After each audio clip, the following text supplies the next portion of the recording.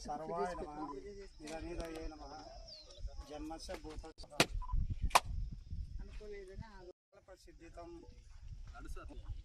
भगवना शरणं మీరు కొటేషన్ మామూలు చిన్న కొటేషన్ మంచిది నేను శుభకార్యం ఇక్కడ రా తమ్ముడు ముందుకు రా నన్ను పెట్టుకో చూడు తమ్ముడు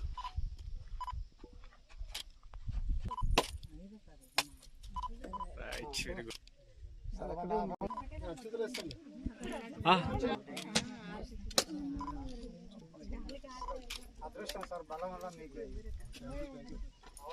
చెప్ప దేవునికి గిన్నె మీకు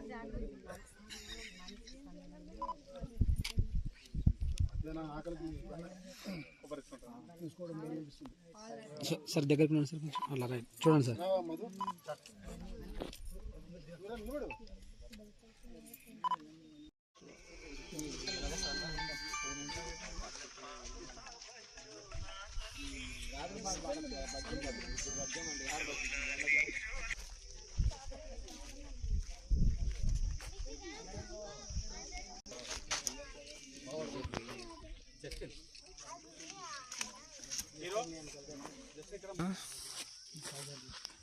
దానికే ఇప్పుడు రివ్యూ చేసినట్లుంటా.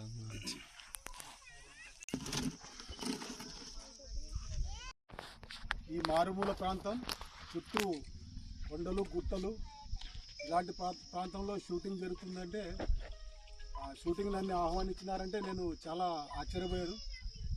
కానీ ఈ సబ్జెక్ట్కి ఇలాంటి ప్లేస్ అవసరమని చెప్పేసి తమ్ముడు మధు గత 6 months నుంచి చాలా కష్టపడి ఎప్పుడో పురాతనమైన కాలంలో ఉన్నటువంటి పరిస్థితుల్ని జనాలకి కళ్ళకు కట్టినట్లు చూపించాలని చెప్పేసి ఇక్కడ మంచి మంచి ఆర్ట్ డైరెక్టర్లు తీసుకొని వచ్చి చాలా శ్రమపడి 6 months నుంచి ఒక మంచి ఈ సెట్టింగ్ చూస్తున్నప్పుడే నాకు చాలా ఆశ్చర్యం అనిపించింది. ఇదే వేరే డైరెక్టర్లు అయితే చాలా కోట్లు వెచ్చించాలి, కానీ కష్టపడే గుణం ఉన్నటువంటి మధుకు నేను అభినందిస్తున్నాను. అతి తక్కువలో ఇంత మంచి సెట్టింగ్ చేసి ఈ ప్రాంతంలో షూటింగ్ చేయడం అంటే సాహసోపేతమైన విషయం. అంటే భయంకరమైన ఎండ. ఎందుకు మధు ఇంత ఎండలు, ఇంత గుట్టలు, కొండల్లో, ఇంత మారుమూల ప్లేస్లో పెట్టినావంటే నా సబ్జెక్టుకి ఇది అవసరమని ఆయన తపనకు నేను అభినందిస్తున్నాను. ఇక హీరోయిన్ గారిని కూడా నేను బిడ్డలిద్దరిని ఆశీర్వదిస్తున్నాను. రాబోయే దినాల్లో మంచి ఆర్టిస్టులుగా ఉండి ఈ తెలుగు ప్రజలకైతేనేమి మిగతా ప్రజలకు కూడా మంచి మీరు ఆర్టిస్టులుగా నిరూపించుకునేలాగా ఉండాలని కోరుకుంటున్నాను. మా ప్రసాద్ ఎక్కడి నుంచి డబ్బులు తెచ్చినాడో ఏమో కానీ ఆయన నేను ప్రత్యేకంగా అభినందిస్తున్నాను. ఎందుకంటే ఒక డేర్ సబ్జెక్టుకి ఎందరినో సహకారంతో తీసుకొని ఆ ప్రసాద్కి సహకరించిన ప్రతి ఒక్కరికి నేను కృతజ్ఞత తెలియజేస్తున్నాను. ఎందుకంటే ఈ కాలం సినిమాలన్నా రాజకీయాలన్నా సామాన్య ప్రజలకి దరిదాపులో లేవు. అలాంటిది ఈ కోసిగి ప్రాంతము రాష్ట్రంలోనే